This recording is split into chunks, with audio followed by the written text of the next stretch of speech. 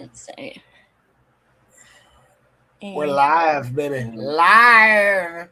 We are. Oh, shit. Wait, are we? Okay. It says we are.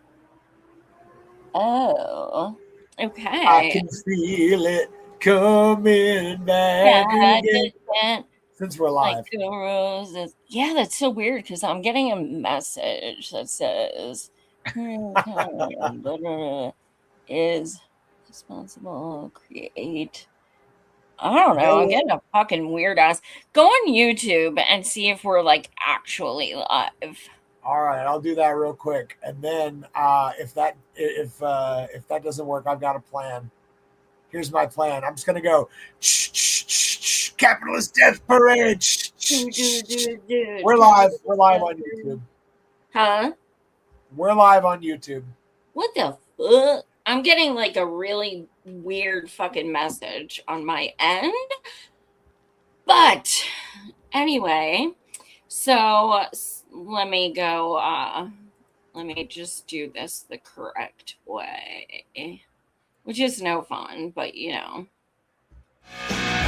Capitalist death parade! Capitalist death parade! Capitalist death parade!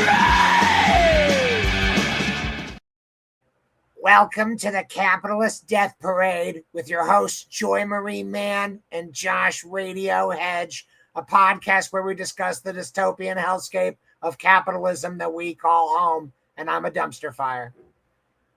What was Hi, that? everybody. That was my little stuffed dumpster fire. Who? Let me see. Put it back up. It says emotional support dumpster fire. Oh, when did I have that? Oh, you have one? Yeah. Yeah, I got it for my birthday. And then I also have a dumpster fire toy that looks like that. That's a squeaky toy for Mr. Furley. Oh, that's adorable. Oh, I love it. I Yeah. love it. Yeah. Well, how's it going there, Joy? I am hanging in there. I am kind of excited because I did my first art show, and it is the first time I've done any kind of art since becoming mostly blind. So I'm about 85% blind, and I created some pieces and I called it Blind Chick Art. And I sold 3 pieces Saturday, so I'm pretty excited. It feels good. It feels good to see, and like even the stuff that didn't sell, people were walking by and they're like, "Oh my god, that's amazing." I got a girl that said chef's kiss. I got a boy who asked if he could take pictures because he was feeling inspired by it. Like it was just a really good feeling because I was risking a lot by doing it. Like when you're disabled and you put yourself out there, like I was trepidatious. What if nobody wants anything? What if nobody even looks at it? What if people just walk by? What if people make fun of it? Like that's going to deter me from doing it again. But it worked out. Well, I shared one to you if you'll put it up. Yeah. Let me see here. So yeah, this one I made what's that? Oh, go ahead. I made a few things that I call like serial killer writing. So follow the leader with a bunch of like politicians and a guillotine. That's kind of my style. I did like I'm very into mixed media. So I don't just paint, like I add stuff. So I do lots of things on one piece. So that was one of the pieces. And then I sent you another piece. I'm going to be real with you, Joy. This next one, if I ever bumped into this at like a Goodwill, I would buy it in a heartbeat. And a Goodwill. Loathe fascism, love cats. He has an old cigar box I found at the bins for like $0.25, and I just painted it black and glittered it and did the cutouts and added a kitty and a guillotine, and it's painted the inside, so it's like a trinket box now. That was the one I got the most compliments on. But It's yeah, I pretty sold fun. 3 pieces, and so I'm really excited. I think I will keep doing it. Yay, that's awesome. Yeah, it was a good day. Good day. Well, it was a good day for you, maybe, but it wasn't a good day for certain people trying to have a 250th celebration for America coinciding with their birthday. It didn't work out so great. I would love to show you some of the evidence of the fact. Are you down? I'm down. Let's do it. So check this out. I thought this was a really interesting photo. Somebody contrasted the gathering at America's bicentennial with the 250th, comparing them side by side. And as you can see, one, there seems to be about, if you were to count them, maybe 24 people in the entire shot, versus the one back in 76 where there's nothing but people. There isn't a spot of not people. So it's a notable difference, needless to say. And it just, okay, so I was part of an organization who did there were like 8 of us or something, and we organized 58 Medicare for all rallies across the country in one day. And I was the MC and one of the lead organizers for DC, and we had like 1,000 people, and we're like nobodies. So the fact that we had more than him as the president, who has like all these sycophants and shit, I'm sorry, that's funny as fuck. Also, I literally made a joke about let me bring this down. I'm trying to share it on Twitter because it's not posting. I literally made a joke about a week or so ago that it would be funny if, because he called it like America 250. It'd be hilarious if not even 250 people showed up. So he. Well, NBC reported that the opening night when he gave the speech or whatever, that they had 1,000 people, was what NBC reported. But Trump's reporting 45,000 people. And again, if you go for the rest of the event, I mean, I've got video to show you, but we'll get there. We'll show you what we have. So I saw some video too, and it is wow! It's a banger, wild.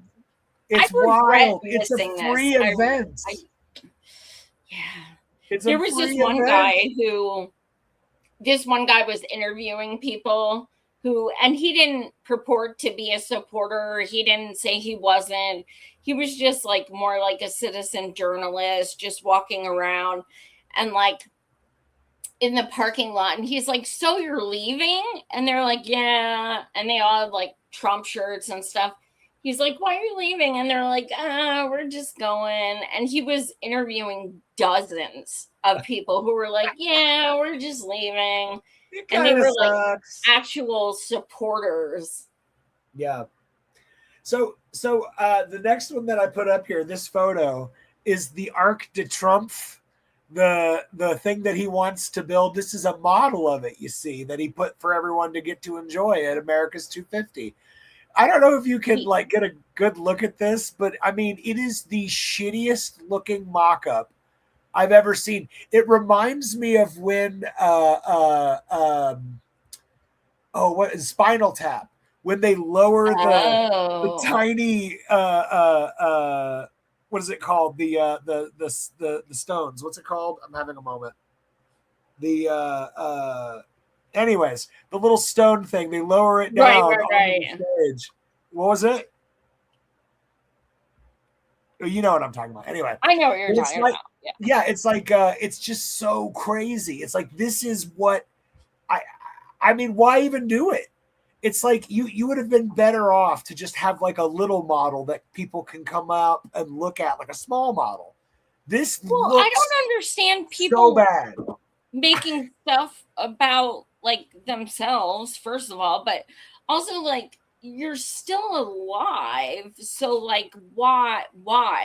I don't get that. But also, Obama Library, I don't get that either. Like, for what? But you know, it's crazy to give you a comparison here.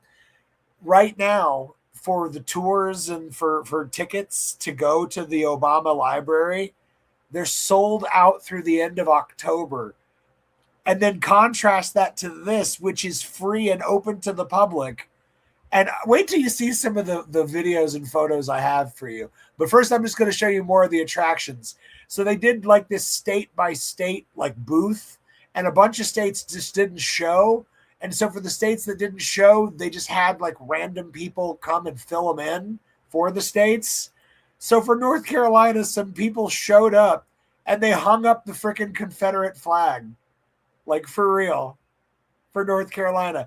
Because of this, there were apparently multiple sponsors and like companies that were part of this backed out of the event because of this. Okay, so wait. I'm so confused. He has white nationalists like Pete Hegseth working for him, and they're cool with sponsoring. Yes. The Confederate flag is a deal breaker. I guess, but that's what's so funny. But it's not that it's a deal breaker for them. It's a deal breaker for their customers who are like, why are you a part of this event where they're literally like bringing up this like racist, like pro-slave Nazi flag? Why are you a part of this? And they had to make the decision. Do we want to lose a lot of customers, or do we want to just be like, yeah, we're not going to be a part of this shit show? So I find that hilarious. I genuinely do. Let me show you more of the wonderful new decoration that Trump is doing for the 250th. Trump shared this: a golden gift to the White House for its 250th birthday year. And it's this toilet. What is it? Is it his golden toilet? It's not a golden toilet, but it's close in value. It's this gold-plated eagle that looks weirdly kind of like the Nazi eagle, but more disturbing, in my opinion, is what they did is you see the stars around the American shield. There should be 13 to represent the 13 colonies. This one has 11 to represent the 11 states that seceded.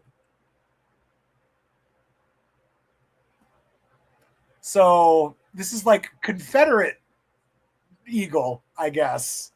I don't know.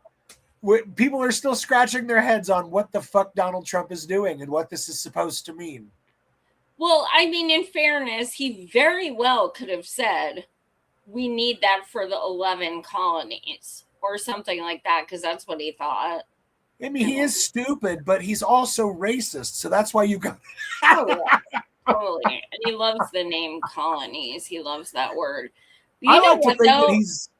Do you remember in 2015 when he was running or just elected in 2016? It must have been just elected because he was sitting in the Oval Office at his desk, and they brought him a live bald eagle, and it went to attack him. Oh, yeah, I remember that. That was awesome.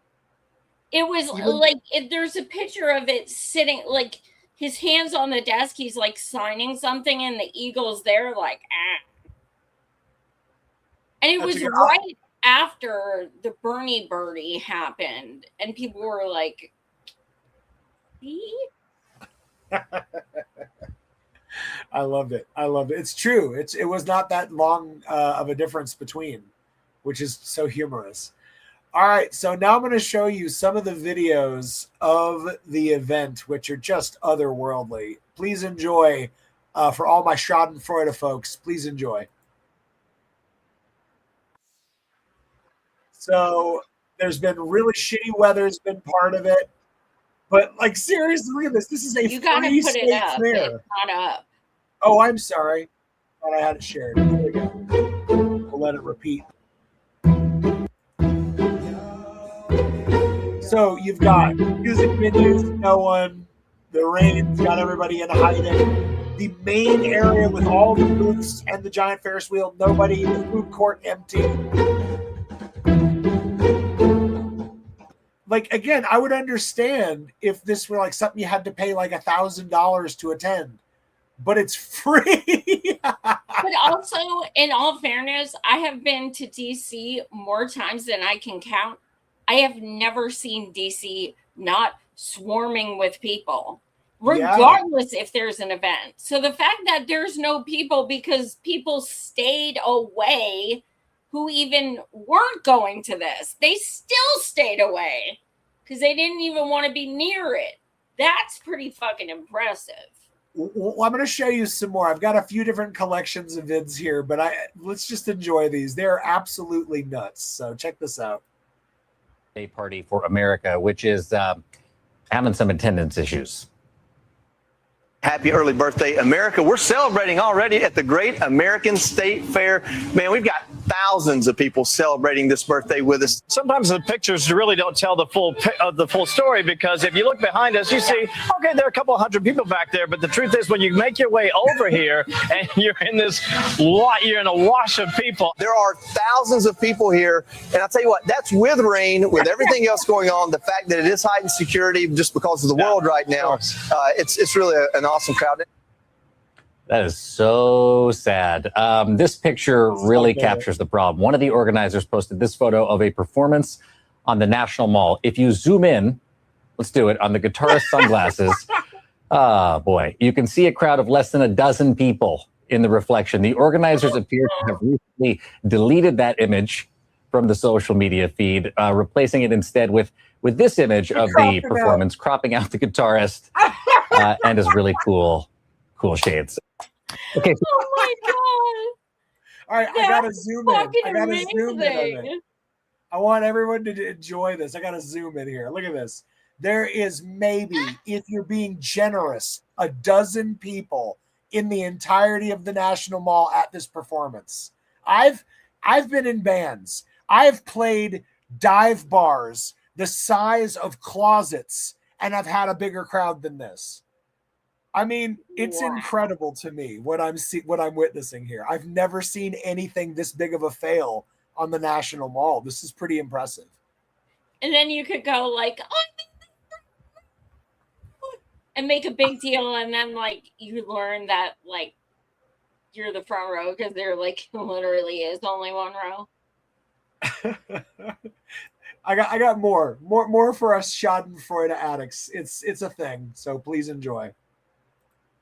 Your wildest dreams think you may be doing your Sunday show from a state fair on the National Mall. How great is this? It's really something. And the weather, not the best today, but people are still coming out. People are still coming. And listen, we need rain, so we'll take it. Well, the farmers need the rain, so we're going to be okay with it. We do need rain. First, there's no they one. want rain to blame it on why. Blame it on the rain. Yeah. Because that's what they were going to say. They didn't come. Yeah, I was going to say, it's ironic you sang that song of all songs because they bailed. I know. I want to mention real quick. So I dug into, and I don't have all the details here with me because I couldn't find the original link, but somebody was digging on like basically why this all fell apart and what the reason was. This event has been in the planning now, I think, for like almost half a decade. And it was done by the Smithsonian, right? But Trump didn't want like them to do it. And so he basically like, even though he'd already, get this, Smithsonian already had the permits and everything ready to go for this event in the National Mall. Trump pulled those permits from the Smithsonian and then gave them to some of his, like, you know, his buddies that can like, oh, you could do a better 250th than them. But the thing is, the Smithsonian had already been setting this up for years and years, had been making all these plans with major artists to get these huge performances, because again, this was supposed to be a celebration of America, not a celebration of Donald Trump's vision of America. And so by him stealing the event, changing the name, literally snaking the permits out from the original planners who, again, we paid tax money for these people to plan this event, and Trump just threw it all in the trash. so that he could throw the worst event of all time. I mean, it's pretty fucking funny. It's pretty funny. Was he there? On the first day, and I should have found his post about it. It's fucking hilarious. So people had videos of while he was up there just rambling about all of his daily complaints. The crowd was just pouring out. Like they were done. Just literally streaming in the hundreds out of the speech. Like just, oh, fuck this, fuck this. And it went viral, okay? So then Trump makes a post. Nobody was leaving my speech. Everyone stayed to the very end. Oh my God. He has lost so many of his supporters because of the terrorist state of Israel, because of the Jeffrey files, because of all those things. And then don't forget you have Iran. A fraction of your supporters left, and you're boring the fuck out of them to the point that they're even leaving you. It's otherworldly. I like this to me gives me more hope than just about anything I've seen so far that MAGA is dead.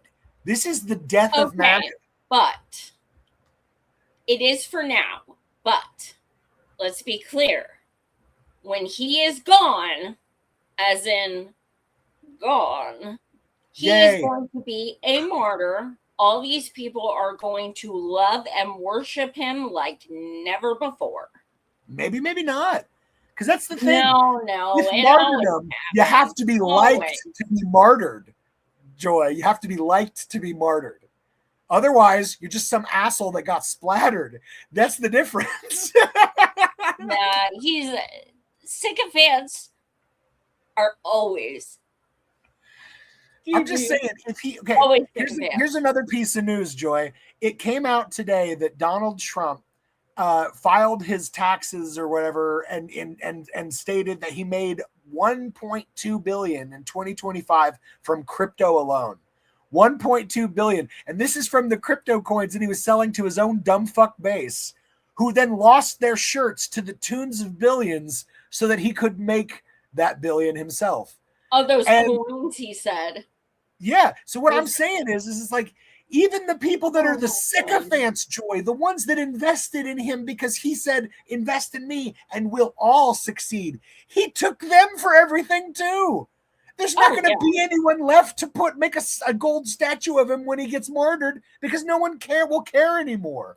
I just think he's Do you remember when in 2016 when like MAGA first became a thing, like the red hats and stuff like that, and he was like selling that stuff like crazy because he had so much support when he was campaigning the first time, and everyone was like, yeah, because fuck the illegals and stuff like that. And then it came, like, people started looking at the tags on their shirts and hats seeing made in Guatemala, and they were like flipping the fuck out. Yeah. Because he would rather make things cheaply and outsource instead of creating U.S. jobs. But that's because making America great isn't a mission. It's a slogan. If it was his mission, he would have invested in union dudes and women making these great clothes like Bernie did. Like I remember I had a closet full of Bernie shirts. You know what every single one of them had in common? Made by unions in America. That's what they had in common. Yeah. You know, but that's the difference. You know, it's like this whole America First thing is a slogan. That's all it is. It has no substance. And it hasn't been America First anyway. It's been the terrorist state of Israel first. Well, check this out. I got a little bit more. I just want to share these moments of just it's like it's almost dreamlike. It's like something out of like a David Lynch film. I love this shit. So let's enjoy just another few moments here.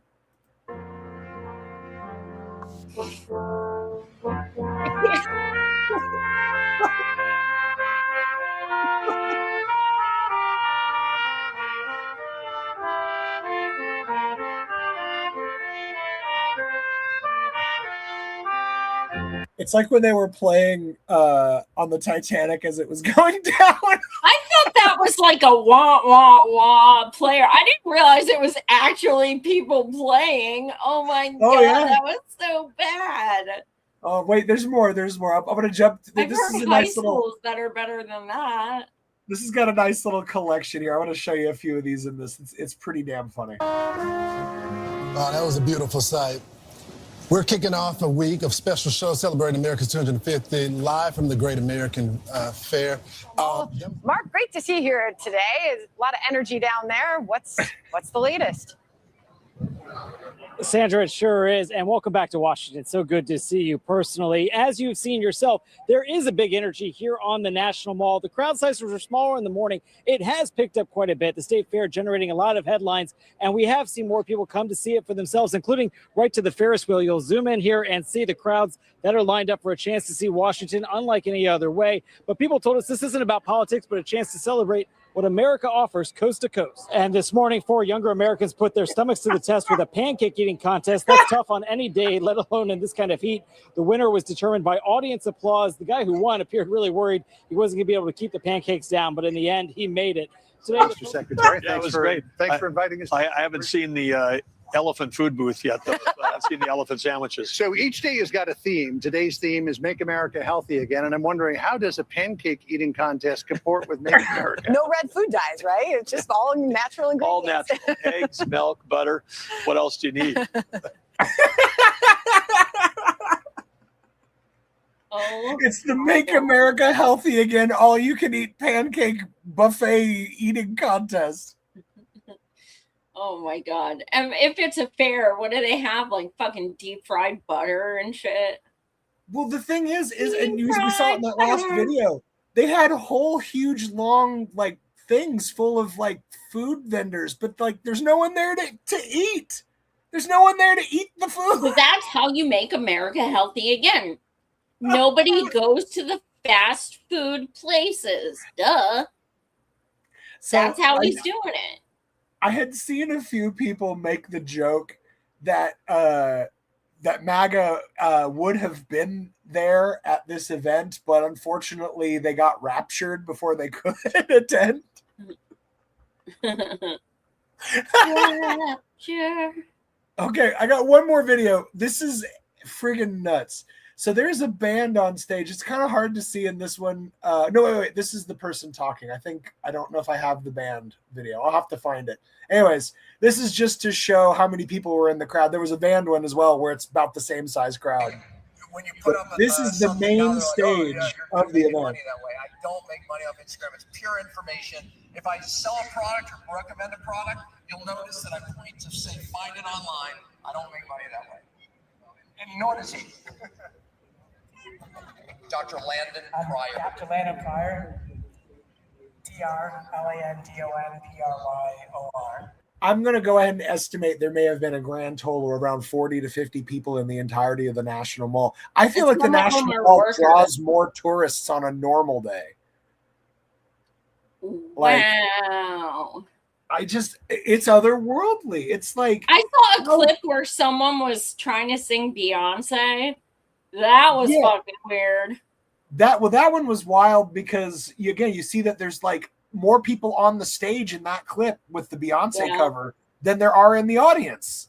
It's insane. It's like I can't believe. Like, it's so insane to me. Like I thought MAGA would absolutely love Vanilla Ice. Like I was expecting millions and millions. Like, come on, Vanilla Ice is like synonymous, like white guy rapper. Come on, dude. Yes, MAGA's gonna love it. So I've shown you the cultural wasteland that is the 250th. No one in attendance. So bad that maybe they got raptured. Check out Donald Trump. This is him talking about the same event that we all just witnessed with our own eyes. He says, "Do you think people will appreciate what a fantastic job we did building and operating the Great American State Fair at the National Mall, packed with happy people and everybody loving it? Ask yourself this simple question. Do you think that Obama or Sleepy Joe Biden could have done it? The answer is no. He always speaks from a place of self-consciousness. Yeah. Always. If he tweets about something, like, it's defensive. He's going to tweet about that with the veracity of the antithesis of what actually happened. He's just like, it's packed. At what point in this event was anything in any way that you could, in any conceivable shade, define this as packed? I would, this, like, if I were playing at a festival and that many people came up on the stage when I was playing, I would feel like, damn, I'm a nobody, but even I have failed today.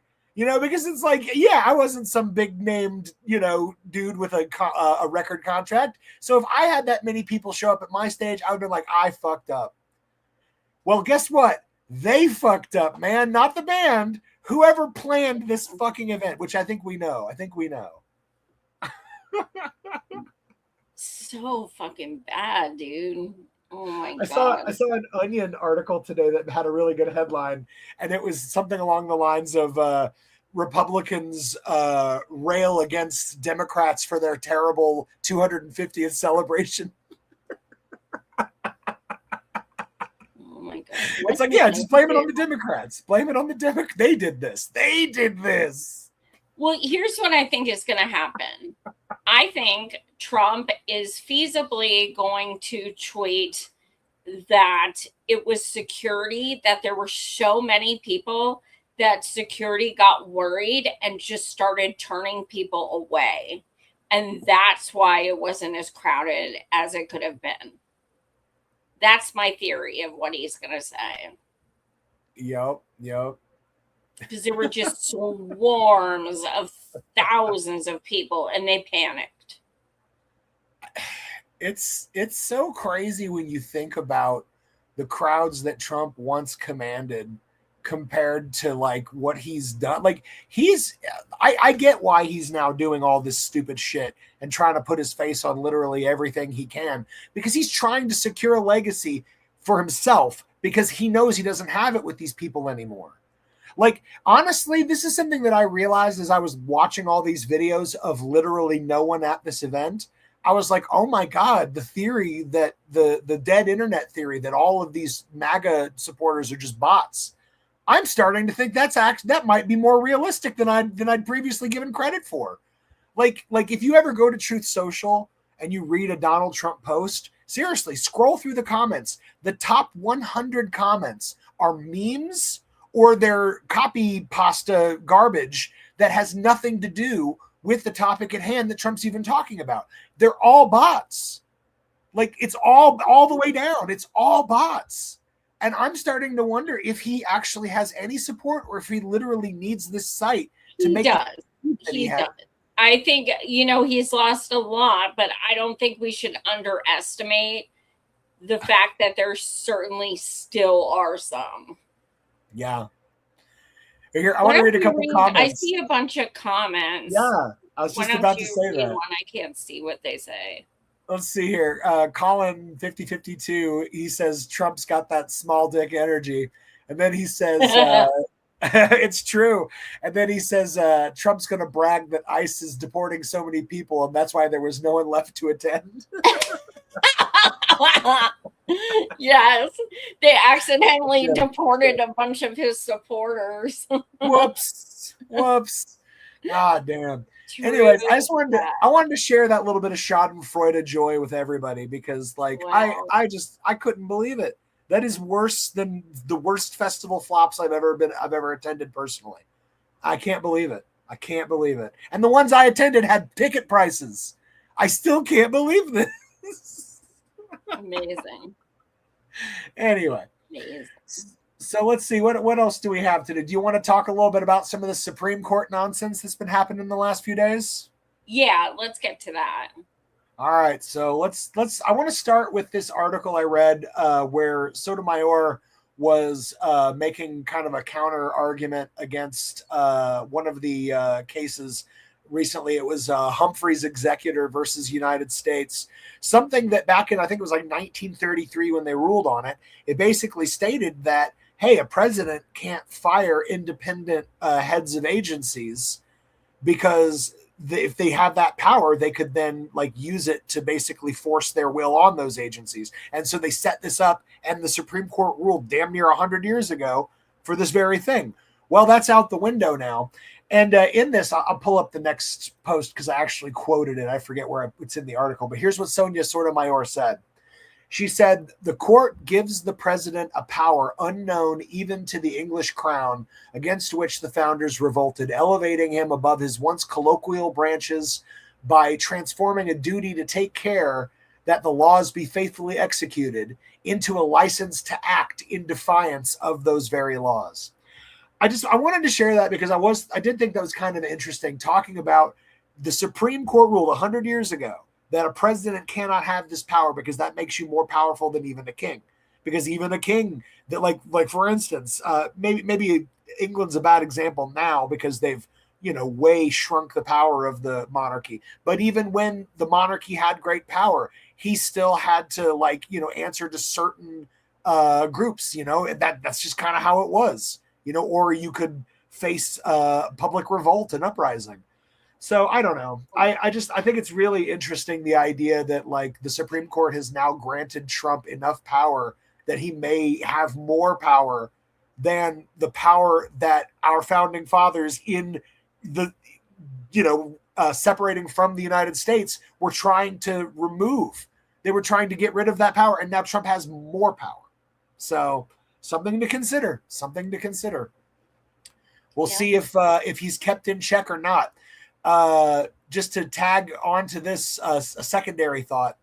So that whole Jeffrey Files thing recently, there was a lawsuit filed, and then I guess the judges ruled that Trump's DOJ has to either release the all the Epstein files, or they have to give written explanation why something can't be released, so that we at least know what's in each piece of evidence and what's your reasoning for not releasing it.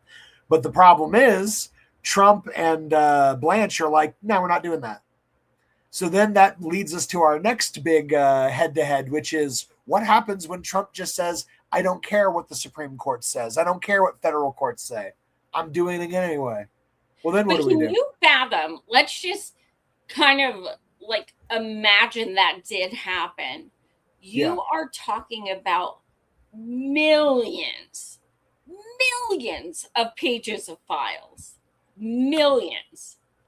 Yeah. I mean, they released all those files, and what was it? Something like 2%?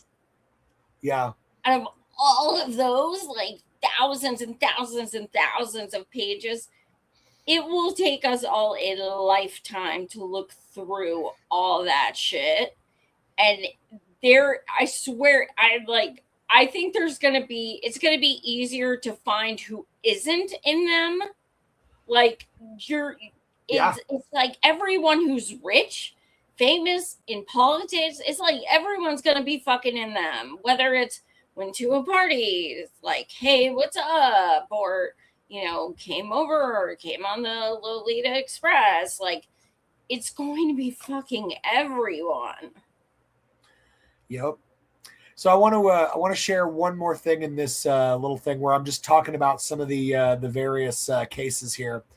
Robert Reich wrote, SCOTUS struck down Trump's anti-birthright citizenship executive order, a huge relief, but I'm alarmed this no-brainer ruling was 5-4 rather than unanimous as it should have been. I've been struggling with this one all day, Joy. I want to talk about, of all the things that he's ruled, that the Supreme Court have ruled on in the last few days, and most of them are disastrous, whether it's for immigrants, whether it's for trans people, whether it's for your right to sue when a company gives you cancer. Some of the worst rulings of all time. But this ruling ruled in our favor.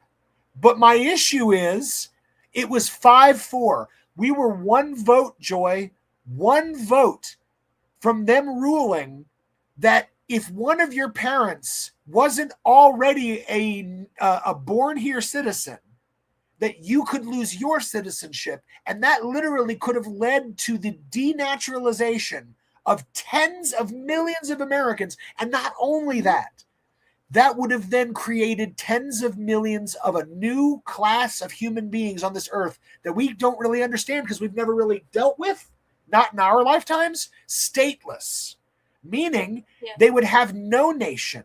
And then the problem becomes, if they're stateless and you're kicking them out, where do you kick them out to? So then, we can't kick them out because no one will take them because they're stateless. So then what do you do with all these people? And I got to tell you, I've seen this before. I've seen it repeat before. And the solution that others figured out was more of a final solution. And I don't want to end up in this kind of scenario. I mean, this is bonkers to me that we were one vote from a catastrophe and a what would you even call this? Like, this would have been like this tens of millions of Americans denaturalized. There's no fucking way that wouldn't completely dissolve the entirety of this nation. There's no way we could survive something like that. Yeah. And we were one vote from that level of anarchy. In fact, JD Vance argued today in a post saying, oh yeah, this was a wrong choice by the Supreme Court. They should have, done the end birthright citizenship thing. He goes, but don't worry, we only need one more vote. And it's like, did you not hear what the Supreme Court ruled? They said that what you're trying to do is unconstitutional, because literally there's an amendment in the Constitution that says if you're born here, you're here. That's it. And JD Vance is like, don't worry, we only need one more. Yeah. And that's where we're at. Yeah.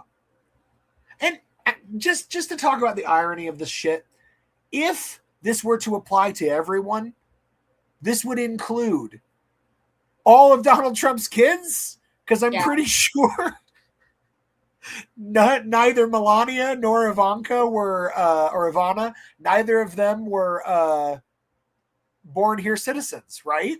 Nope. So I don't know. This shit's fucking insane to me. This is the most bonkers shit. Because again, I thought there's no way that this case is going to rule in favor, but I definitely had no idea it was going to be this close. This like a hair's width from collapse of everything. Jesus. That's the thing. Like, presidents have so much control, obviously, but the Supreme Court, they have way more fucking control than people, acknowledge. This is fucking big. It's big.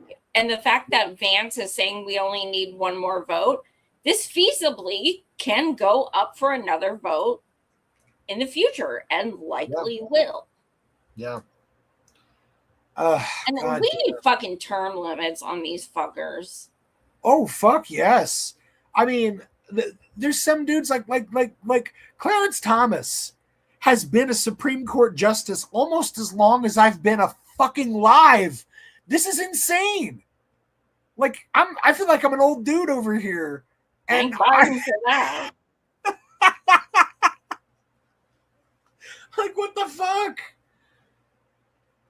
I'm just going to say it. I don't think Supreme Court justices should have their job long enough to have a beard as long as mine. Like, I think the time that it took me to grow this beard should be more than the amount of time that they have to be on the Supreme Court. God damn. Anyway, broke my heart, Joy. Just some of this weirdness. Like, we've had a lot of bad rulings, and then the few good ones that we have even were just like so razor thin. It's mind-boggling. So freaking mind-boggling. All right. We're going to jump to one of your topics. So we'll jump to your first one here. Let's see what we got. Oh, we got the Charlie Kirk. Now, I'm completely unaware. Bananas. Okay. So first, what I want to say is, this shit's been going on since it happened. There's shady shit. Nobody even really calls us conspiracy theorists anymore because we know shit's not adding up. It's not. We know for a fact Charlie was starting to say things about the terrorist state of Israel right before he was unalived.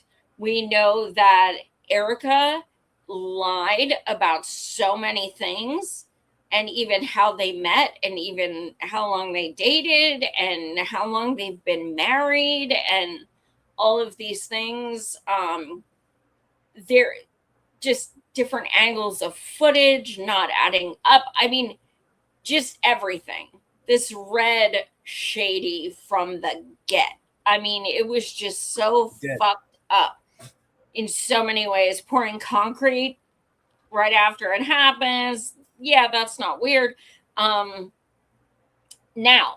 Iran comes out with proof that a lot of what we were thinking was 100% true.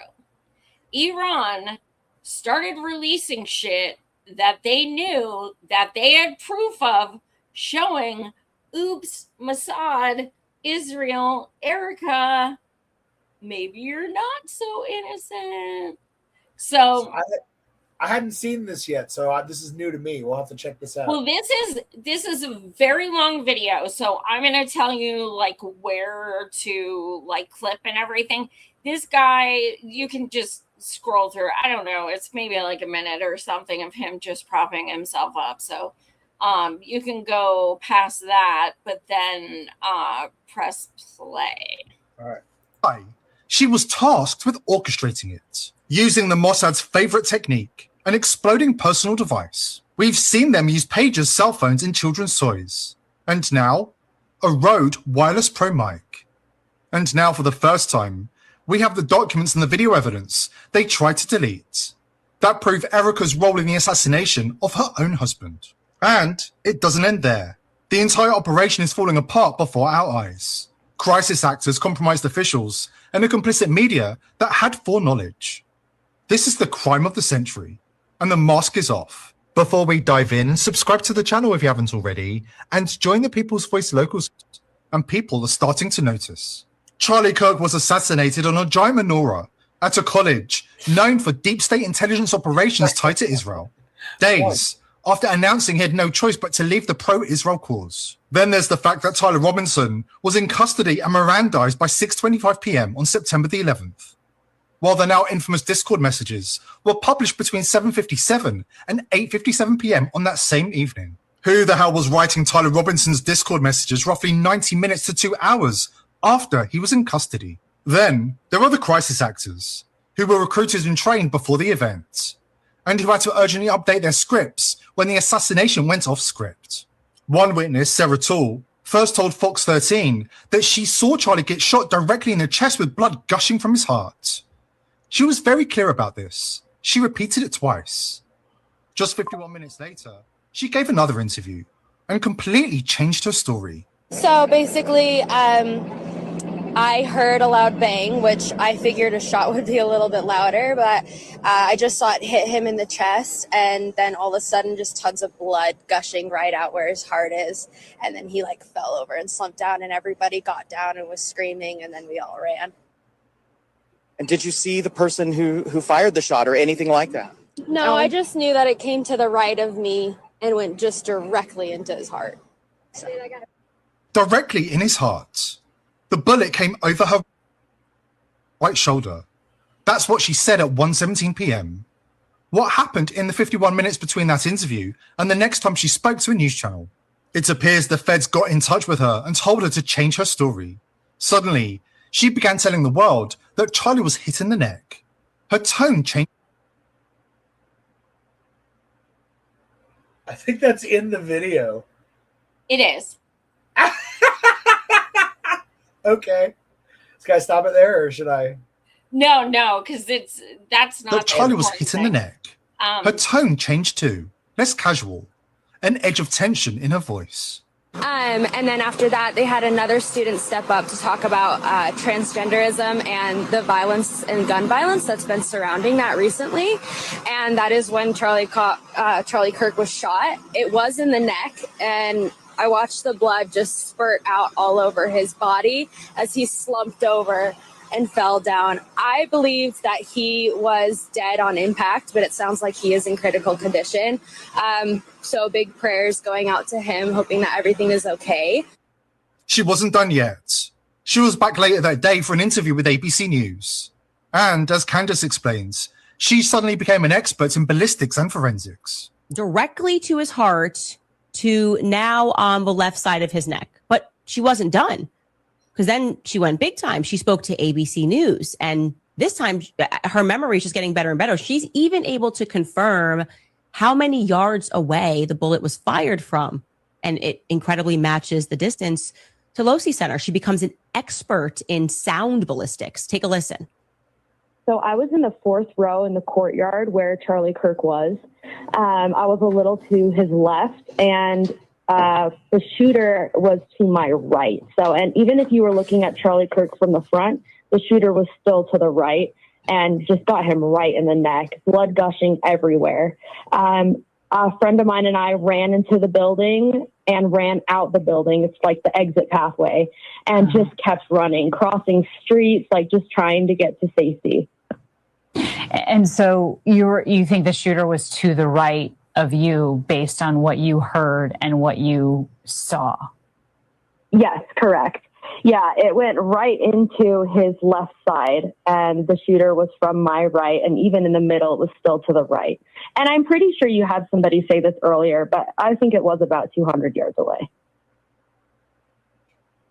It was about 200 yards. How did she know that? Okay, so you can start fast forwarding a little bit till I believe it's like halfway mark. Okay, I think this is it. Yeah, rewind a little bit. Autopsy photos, the wound trajectory and burn patterns, and the way the tissue was ejected. There's no question. Charlie Kirk was not shot. He was killed by an exploding device. A small, high-grade explosive charge. And here's what should terrify every single one of you. This is a known Mossad speciality. They've used these kind of micro-explosives before. Surgically placed inside pages, cell phones, and children's toys. Remotely detonated, leaving almost no external signature if done right. It's no coincidence, because Erika is a trained Mossad agent. Don't go anywhere. We're back with the evidence from the hacked material right after this important word from our sponsor. Let's be real. We've all been connected dots. Same network, same handlers, same endgame. He also broke down exactly how the assassination went down. A textbook Mossad operation from start to finish, right down to the method of the explosion. You remember the pages that detonated across Lebanon last year? Same signature. And now they're dropping cluster munitions disguised as children's toys and footballs in the same region. In Charlie's case, it was an exploding Rode Wireless Pro microphone, detonated from a safe distance, in front of dozens of operatives playing roles in how the rest of the day played out. This is what we've pieced together from the emails and other intelligence sources. Charlie Kirk was never shot with a bullet. He was accidentally decapitated by a piece of shrapnel from a miniature explosive planted inside his microphone. The device was supposed to blow out his chest cavity, but the explosive malfunctioned. Instead of detonating downward, it ripped upward and took his neck. That is why security immediately ripped every device off the stage. That is why the security camera behind Charlie was yanked from the wall on live feed. That is why they literally stole his body from the scene before the coroner could arrive. That is why Netanyahu went on television within minutes to say it wasn't Israel before anyone had even asked. That is why the FBI took forever to find the killer. They had to rush manufacture evidence to match the lie. The crime scene may have been scrubbed, but the evidence linking Charlie's mic to his death refuses to disappear. Candace Owens received a tip to zoom in and compare the mystery shards in the getaway car to the actual road equipment. And guess what? The fragments matched the distinctive features of the mic. No wonder they tried to clean the crime scene. They paved over everything within days. But they couldn't bury this story. What do you know? Here are the images that they attached from our hour earlier show when they were circling what they thought could be So some you can white press on them, pause which would here be or stop here. It's a really, really in-depth analysis, and I enjoyed it. Not sure who the guy is, but That was an Iranian hacker who was in like the black thing. I shared this video in its entirety on my Twitter if you guys follow me there. But yeah, I mean, I think it's really fascinating, and it makes sense to why I know on here I showed a video of how nobody saw a gun anywhere, and all of a sudden you see this guy go like this, and it looks like he's like pressing something, but like on his shirt, and it just made no sense. But I never even thought that it could have been like what they were doing to Palwstine, you know, and putting the devices in the kids' toys and things like that. Also, some videos, Iran released some videos of Charlie's relationship with Candace Owens. No, I do not mean romantic or sexual. They were really good friends. And he stated on multiple accounts, even at huge Turning Point speaking events, that when he is gone or retired, he wants no one else but Candace Owens to take his place. Yet, as we know, Erika did immediately. There's just other things Iran released that is quite interesting. I was wondering where a lot of this is coming from, but yeah, that's interesting. I guess it's like you said, it's what we know, but it's all about how you kind of like string it together. I guess that's part of it. So let's see this other video you have for the Charlie stuff. Candace Owens released a bunch of never before seen photos from inside the SUV that transported Charlie Kirk's body to the hospital. While people believe that this photo clearly proves that there's evidence of an exploded mic, no one can figure out what this is. Here's a closer look. I plugged it into ChatGPT, and it guessed that it would be some sort of burned synthetic material or foam, like polyester or nylon. Which is interesting because I've seen people online wondering if Charlie was wearing a wireless transmitter pouch under his shirt that day, which just happens to be made with foam padding and nylon and spandex, and can also clip on to a chest strap, which it looks like from this photo Charlie was wearing that day. A beige pouch and a black strap absolutely can be used together, and you would want a beige pouch so that you couldn't see it through the white shirt. And the material used in that pouch, when exposed to fire, tend to melt, shrink, and harden into glossy black or brown blobs rather than turning to ash, which you could say this looks like. This is obviously just a guess, but I'm curious what you think this is. Interesting theory.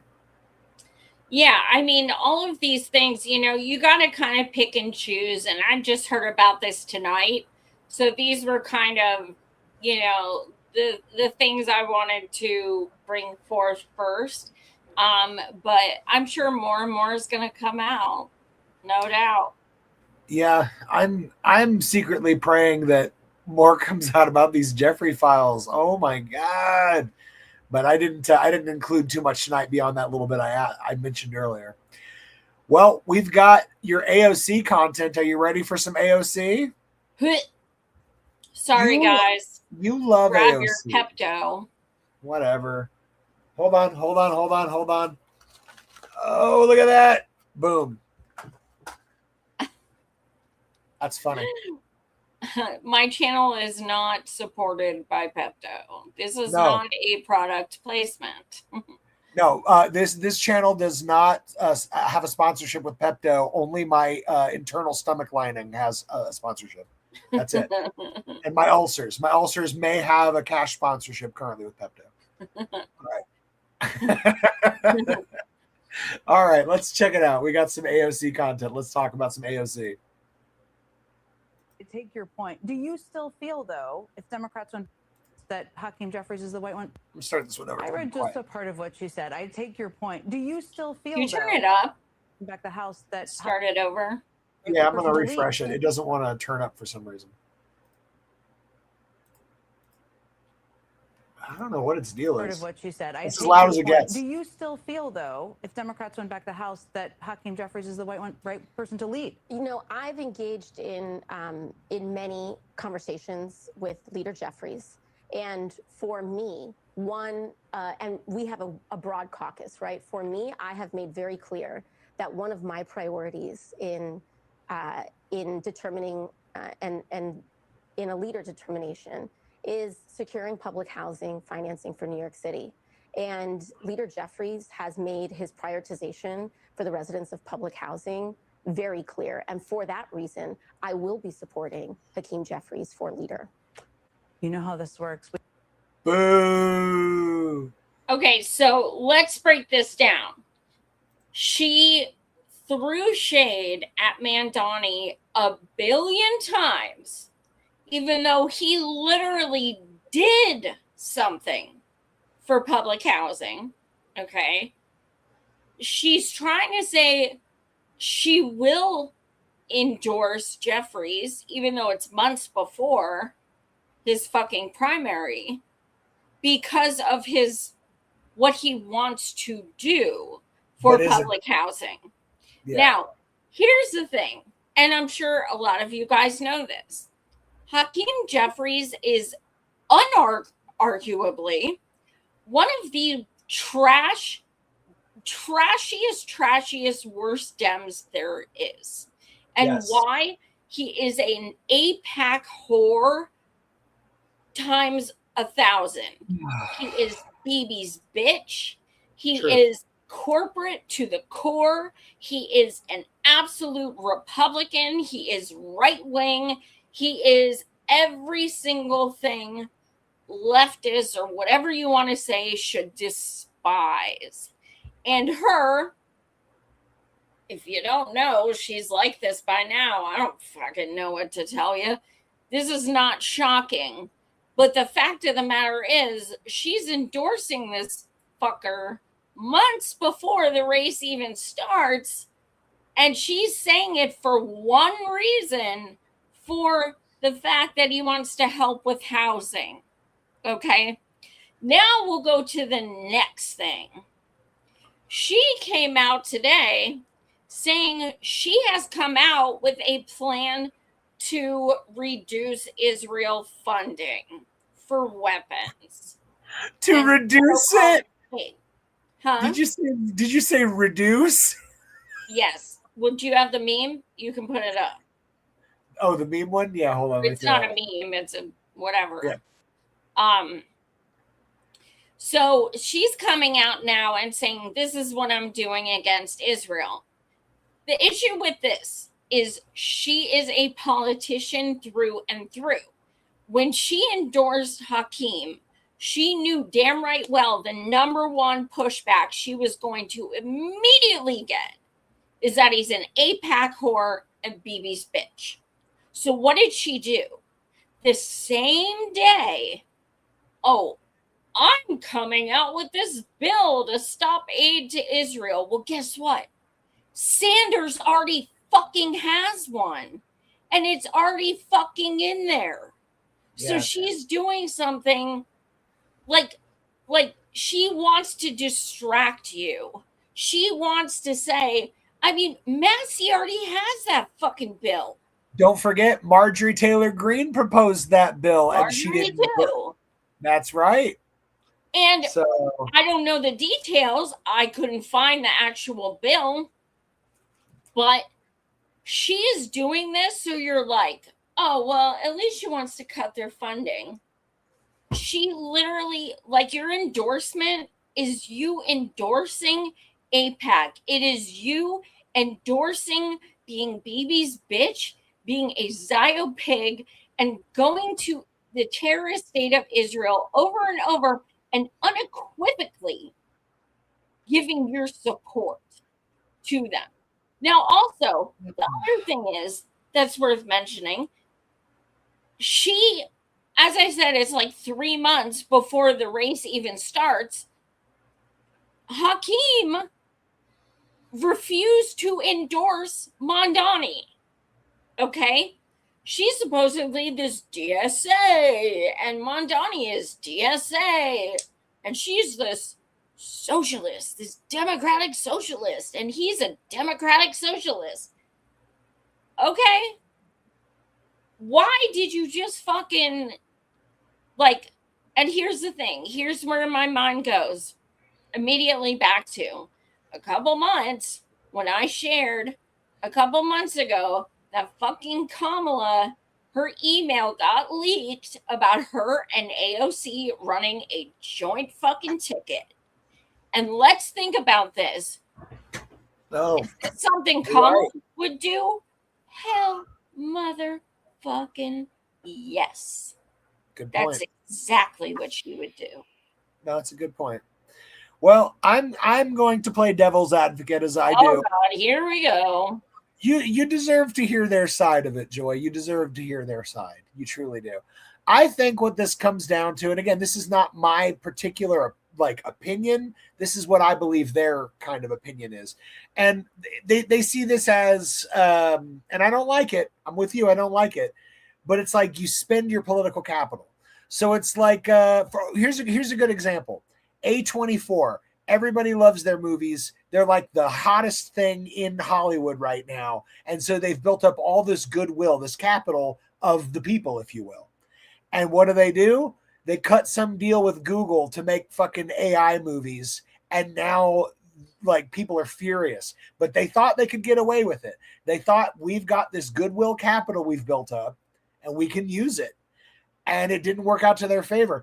Honestly, what I see when I see this AOC stuff, what I find ironic about her trying to bolster Jeffries is one of the lowest polling Democrats right now.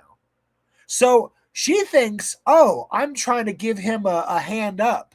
But I'm just saying, AOC, you might be tying a freaking anchor around your neck.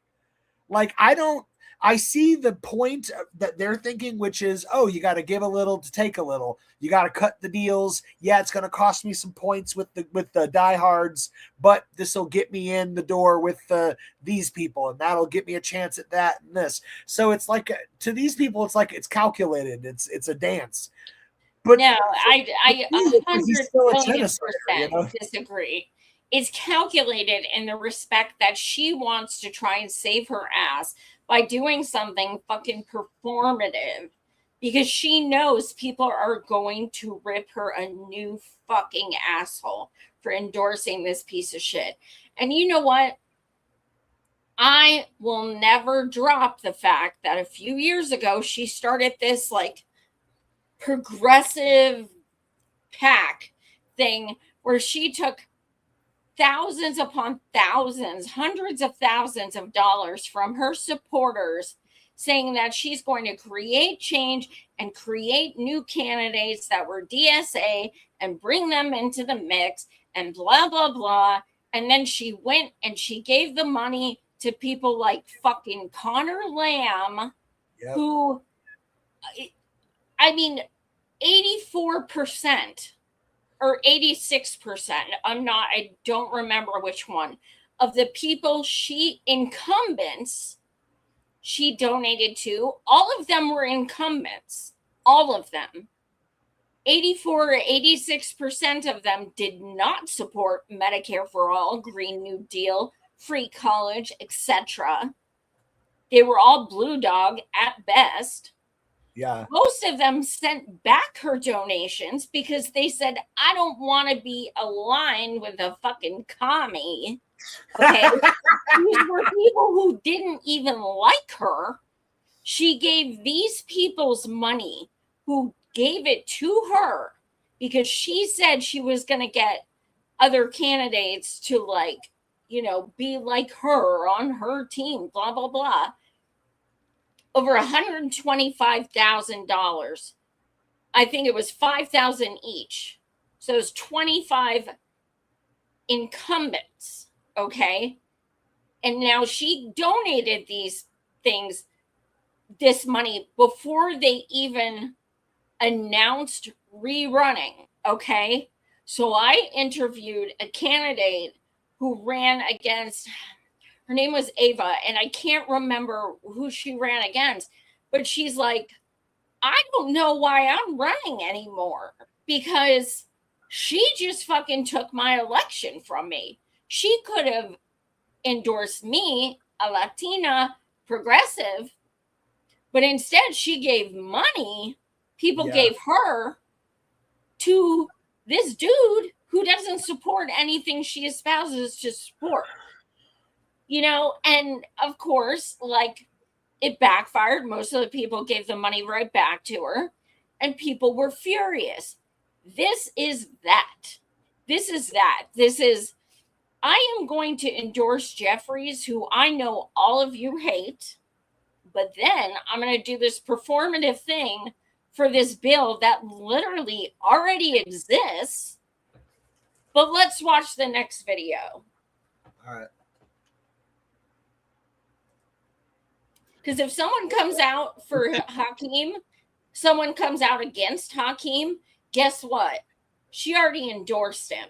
She's endorsing him before anyone else even has the chance to step up. I gotta tell you, I think it was a bad move for her. I think she thought she could afford it. I don't think this was a good move. No, she didn't. She knows everyone fucking hates her. That's not true. She's got still like one of the higher ratings. She has shit libs. All the shit libs who fucking hated her. I'm just saying, when you look at positive ratings for sitting Congress people, she's got one of the higher ratings amongst, you know, again, our Congress people who are all fucking shit piles of doom, but still, she is popular amongst the shit piles. Fair to say. Well, you are the company you keep. All right, let's keep it rolling.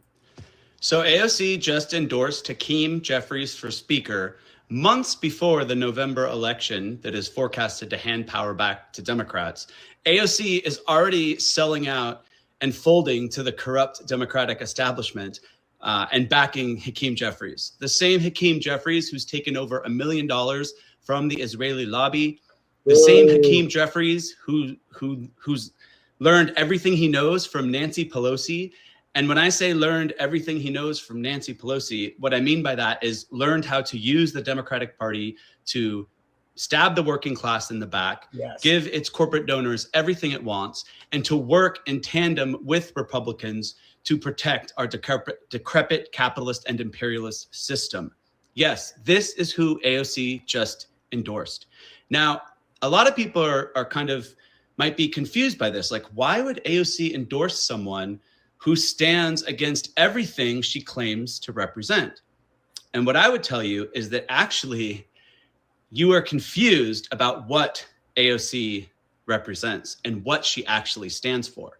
And it's not just AOC, it's also your beloved Mamdani and the DSA organization as a whole. You see, here's the thing. AOC, Mamdani, and the DSA, they're not actually fighting for workers own the means of production socialism. They're fighting for essentially social democracy. Now, what social democracy is social democracy essentially preserves our capitalist and imperialist system by giving workers a few concessions. But the problem is these concessions can be taken away at any time by the ruling class and by both of our corrupt parties. And also the concessions do not go far enough. And as we saw with when FDR is really the last time we've had a realignment between capital and labor. And there was a few concessions like Medicare, Medicaid, minimum wage, and Social Security. They don't go far enough. And the ruling class has chipped away at them ever since.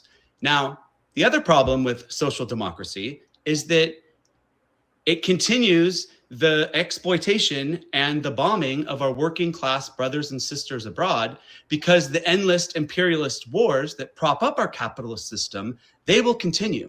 So what they're really doing is they're not fighting to confront capitalism and imperialism. They're fighting to rehabilitate it and to take real revolutionary grassroots energy and to funnel it into one of the two parties that exist to serve capitalism.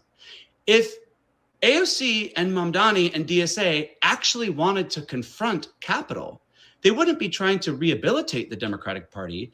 They would use their high name ID and their large grassroots movements to actually build a working class alternative, to actually build a real socialist party that's actually fighting for workers to own the means of production, that's not fighting for the watered down, moderate social democracy that essentially just rehabilitates capitalism and always requires workers to be continually fighting for these mild concessions that sell out our working class brothers and sisters abroad. This is a sham. This is a fraud. You can stop it here because I think it's a pretty long video, but shout out to Ryan. I've done many, many, many shows with Ryan throughout the years. But yeah, I mean, yeah. I mean, I agree with a lot of what he has to say. It's just it's tough though, because like there's one part where he says, oh, they should be putting this energy and this name recognition towards building this like third party.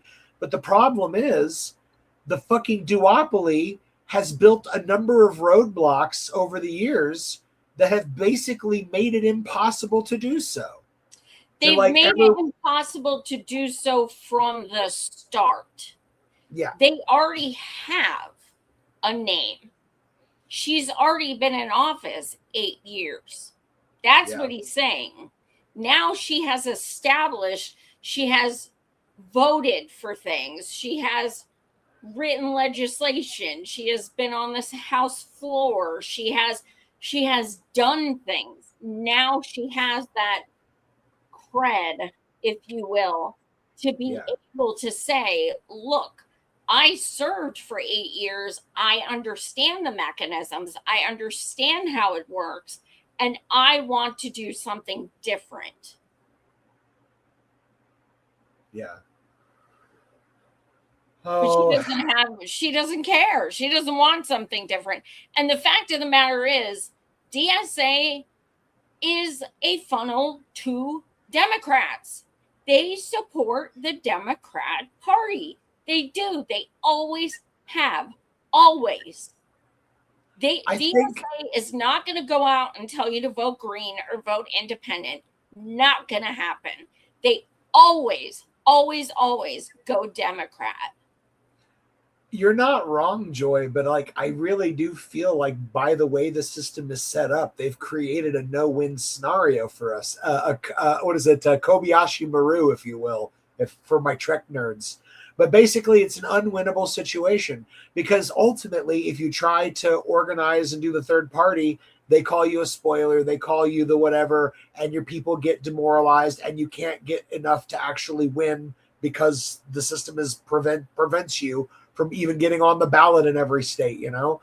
Or you do the other thing, which is, okay, we can't fight against the two-party system because the two-party system is entrenched, so we try to take over one of the two parties. But it's so entrenched in that direction that it's also impossible. So it's like, I understand, like personally, I'm pissed as fuck at AOC. This Jeffrey stuff, it's like a nail in the coffin for me. But I don't feel that way about the DSA. I really do feel like they're trying to work within a broken ass system. And this is literally one of only 2 doors available. And they're trying to at least like, well, they're trying to change the locks. I mean, look at New York in this recent race. You know, the people are genuinely excited. DSA didn't do that. Mamdani and his supporters did that. Fair enough, but why does Mamdani have support? Because he's delivering. He really is. Yes, but he's not delivering because of DSA. DSA capitalized on him. That's a good point. Yeah. It's not like they founded him and they're like, oh, we found this awesome guy. We're going to run him. Like, no. In defense of what this dude's saying, I do feel that if these folks did organize towards a third party, it at least ends this endless cycle of the Democrats ultimately co-opting. Because, you know, that's how this works, right? It's like if this becomes popular, if people start getting elected that are outside of the establishment, then the establishment will just adopt the terminology and the mantle, and they'll call themselves democratic socialists, but they'll just keep doing status quo neoliberal bullshit. So, I mean, I don't know. I don't know how do we get out of this shit, Joy? What's the solution here? Hate everyone. No, I'm just kidding. Fuck all politicians, god damn it. Well, let's look at the next video. All right. I think I got one more on this topic here. That the United States, our responsibility is to the stability and the security of the region. That means being able to support, yes, Israel in its defensive capacities, right? In its ability, in that context. Why the fuck you lying? Why you always lying? Oh my God. Stop fucking lying. Always lying to me. And she is working tirelessly to secure a ceasefire in Gaza and bringing hostages home. Why you always lie? That was great. There you go. Security. Yeah, that's our biggest concern, eh? Sounds like another neoliberal war hawk to me. That's what I sounds like heard. another Holocauster. God damn it. Okay, one more time just because that song was a jam. Why the fuck you lying? Why you always lying? Oh my God. Stop fucking lying. Always lying to me. Yeah, I'm making that my ringtone. That's too good. Thank you for that one. That was a little laugh for me. All right. Oh, it's Surge. We're moving on to our next topic, and Serge got mad, and not just in music, and I fucking love it. Yeah, this dude has been a personal hero of mine for Same. 20 plus years already. Oh my God. Anyway, let's roll. Government used for many years. Israel's government used AIPAC to lobby the U.S. Congress to not recognize the Armenian genocide, to prevent Congress from recognizing the Armenian genocide, due to their relationship with Turkey, their intelligence sharing with Turkey, etc. Today, the Netanyahu cabinet decided to recognize the Armenian genocide of 1915, a genocide that led to Hitler thinking that he could do what he could do to the Jews in the 1930s and 40s. The fact that this government is already committing genocide in Gaza and Lebanon, decided to recognize the genocide of my grandparents, is the worst fucking thing that they could have done to Armenians by using our history, our genocide, our pain to their political advantage. Fuck you. Yeah. For many years, Israel's government used AIPAC to... I love you, Serge. Me too. He's so good. How did he end up in a band with a bunch of like dumbass MAGAs? I still can't believe that happened. Yeah, a couple of them. Like I think that's why he ended up ultimately leaving the band, because they had political fucking. I don't know what it is. It's happened to me too. Looked into that. It feels like every band I've ever been in, or the bands that I love, there's always like one member that turns out to be an asshole. I gotta look into that one. Yeah. All right, I'll find out which one. But there's somebody in the band that like was very right wing, weirdly, and that was just too much for Serge. Maybe he's never listened to their lyrics. Well, that's what's so ironic. It's like that's like if Tom Morello turned out to be like, you know, a Fox News host or something. It's like Don't get me started on Tom Morello, because he's doing this like, you know, fucking like festival for those who speak out, and he's having a bunch of fucking bands play who never said one fucking word about Palestine. Not one fucking word. And he's having them play this festival. But by being at the festival, I mean, is he using it to bring awareness to Palestine? That's one of the things it's for. Great. Well, that's what I'm saying. Let's wash all of these artists. No. Like, it's as not long like, as they're getting on the bandwagon, in my book. It's not for Palestine. It's like that's one of the things he is doing it for, in the sense of that's one of the things that's like fight the power. It doesn't say concert for Palestine or whatever. My point is, how the fuck are you going to ask these bands to join on this like fight the power tour when these bitches have never said one fucking word about a fucking Holocaust going on? I'm not going. I'm offended. I'm fucking pissed. I hadn't heard all the details on it. That's unfortunate. Well, hopefully he uses the event to bring a lot of awareness regardless, and everybody just has to be along. He will, but why the fuck is he asking people to join who like Tom made this comment, like it's so important for those of us with a platform to use it to speak truth to power. Then why are you having bands who don't?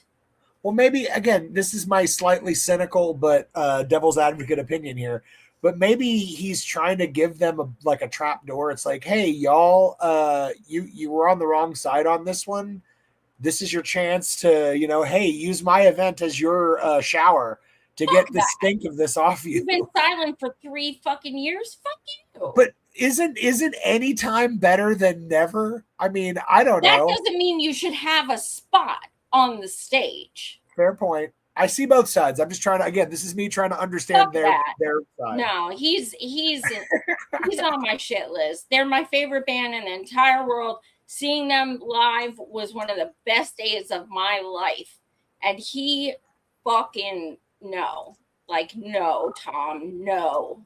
He'll get this right. I have faith in Tom. He's been good on a lot of things. So I have faith. All right. What else do we got? Oh, it's the James Lee. So Shakira says, we are all inheritors of Abrahamic culture. Therefore, we are all Israel. All right, let me give you a little tip. You ready for this? Whenever you hear a celebrity say something crazy like that, you just come over here to the DOJ website, justice.gov/Epstein, type in their name, in this case, Shakira, and boom, there we go. Email between Jeffrey Epstein and Boris Nikolic. Would you like to come to the Westin? I will be with Shakira. Wink, wink. Every single time. Not Shakira. So Shakira.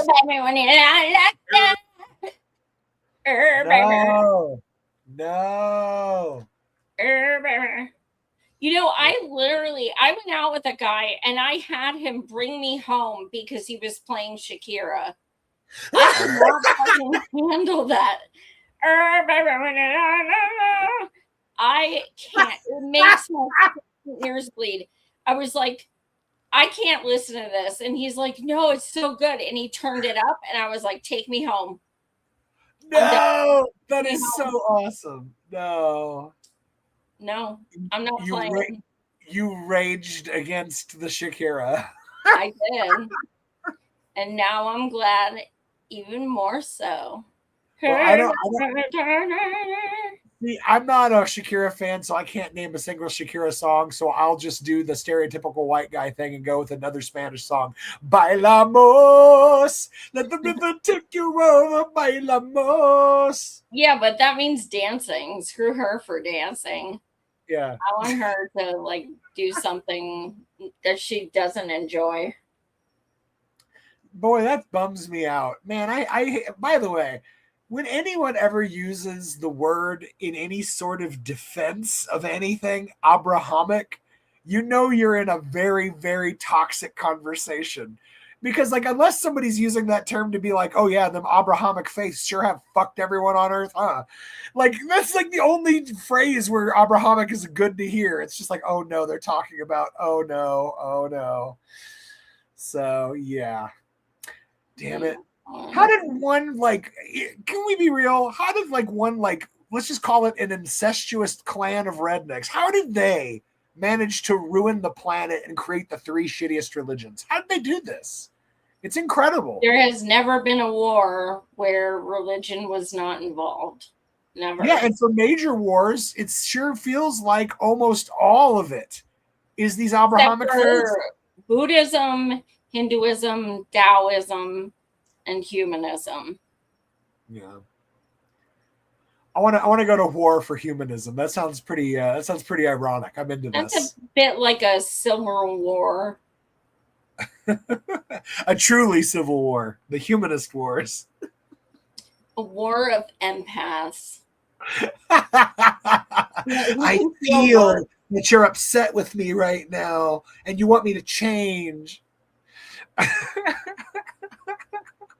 I feel bad that you feel bad.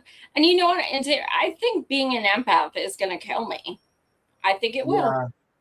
I think it's going to kill, like, empaths are all going to fucking die. Listen to Joy, everyone. This is why Elon Musk is right when he tells you that empathy is a sin. Kill the empathy inside yourself. Feel nothing for anyone. It's the only way to survive. The more you know. My name is Joy. So, you know. All right, let's keep it rolling. We got another video here.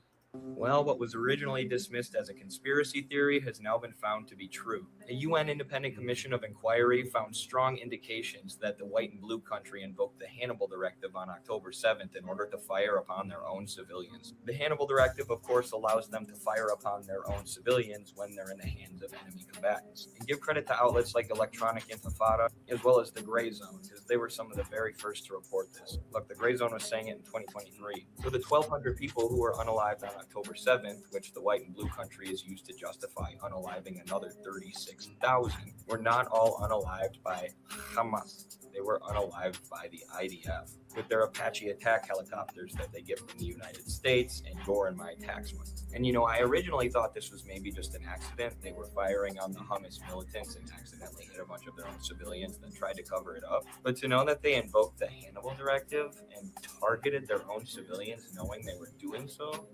geez Louise, the most moral army in the world, everyone. Yep. I am going to send you a video. This is going to be the funny for the night. We're going to close out with this because it is late and I got to work. So, all right, we're going to close it out with that bad boy. Close it out with the funny. I've got a little funny also. But let me get that shared here. All right. Oh, Israel. You're so fun.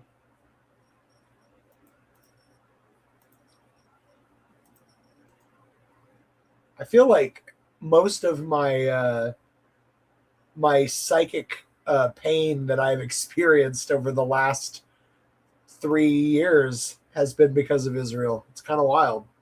Good on them. I think a lot of us feel that way. Yeah. Fuckers. All right. Well, here is my funny real quick that I wanted to share. This is Mike Johnson. And this is pretty funny. It's him listing off some of the things that new DSA candidates are pushing. And what's hilarious is most of this sounds like shit that a lot of people are into. So as he reads this list, it's almost like we're watching an ad for Democratic Socialists. Check this out. Hey, the Democrat Socialists of America? This sounds so innocuous, doesn't it? No, it doesn't. I'll say that.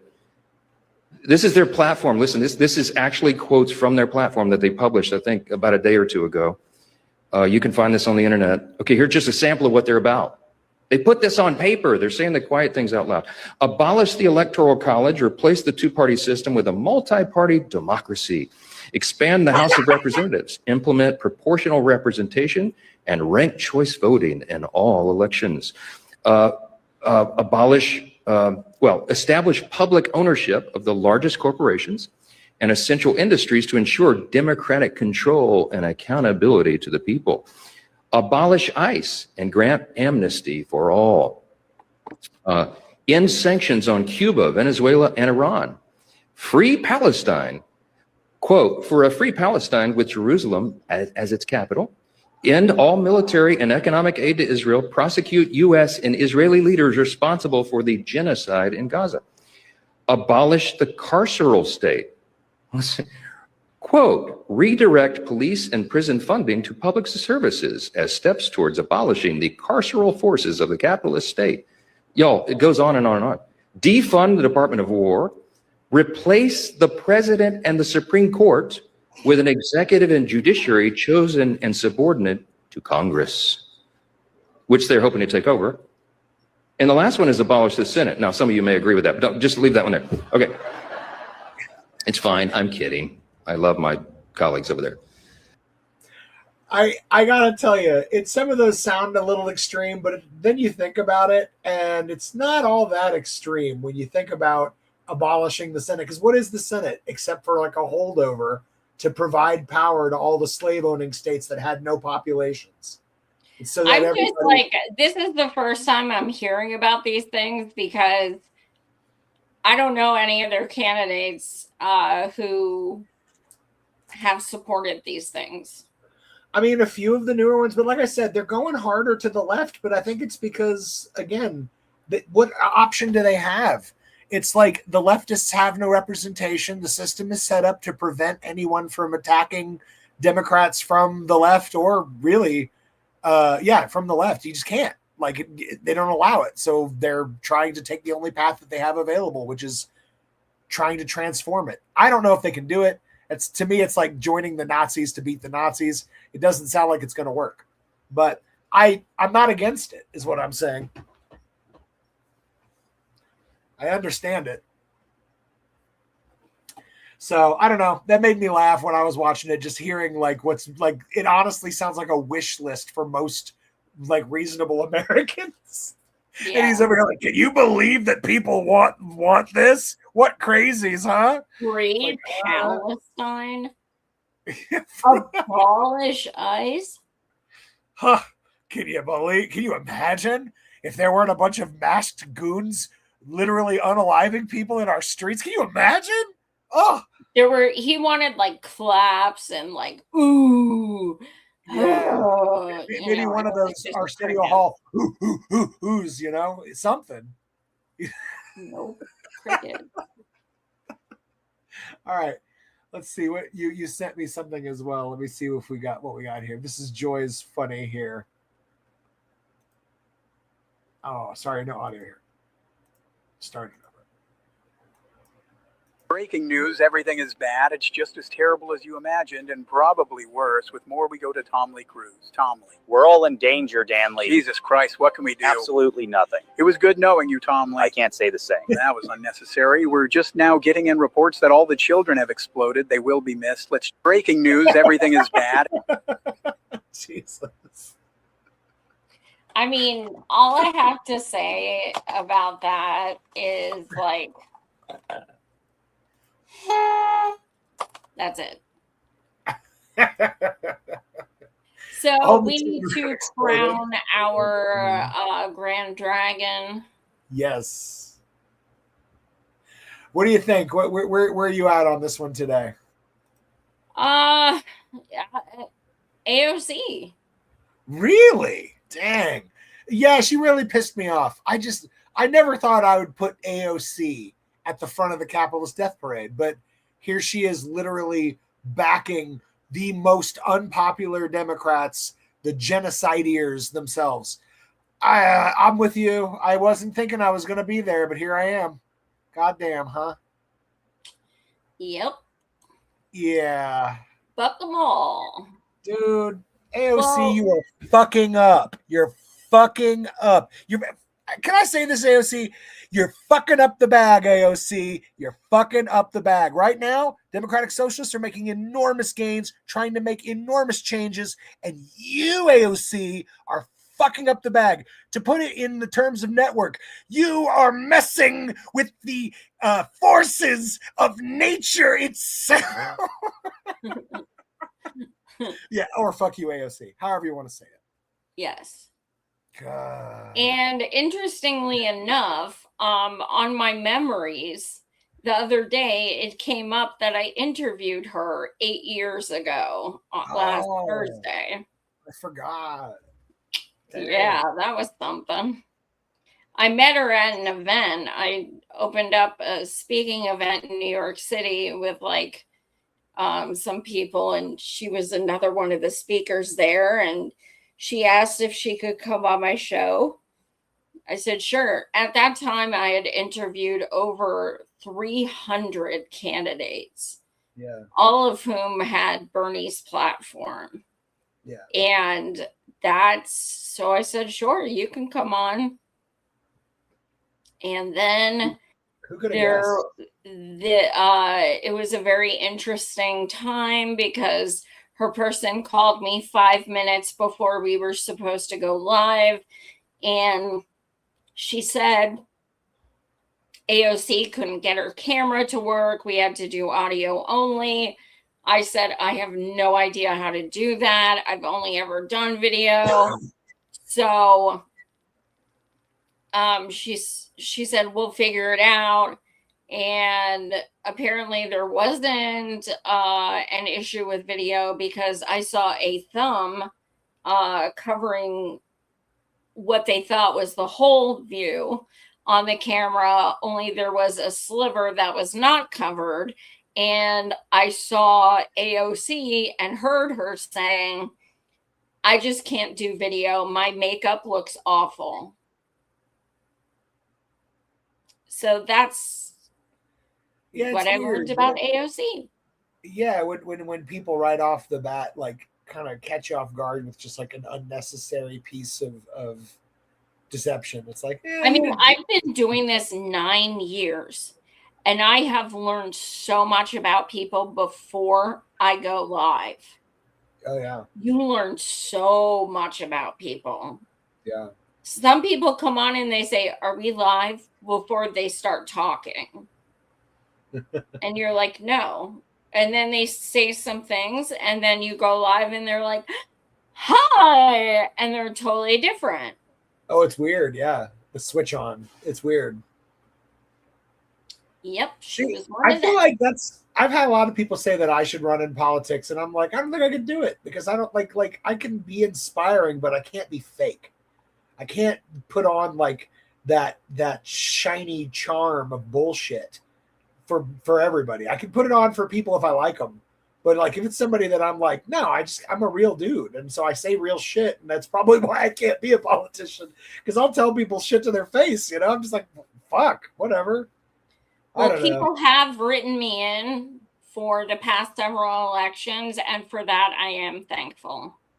I've been trying to get Mickey Mouse voted in for years, and I've had no success. Well, thank you guys so much for watching. Smash like and subscribe.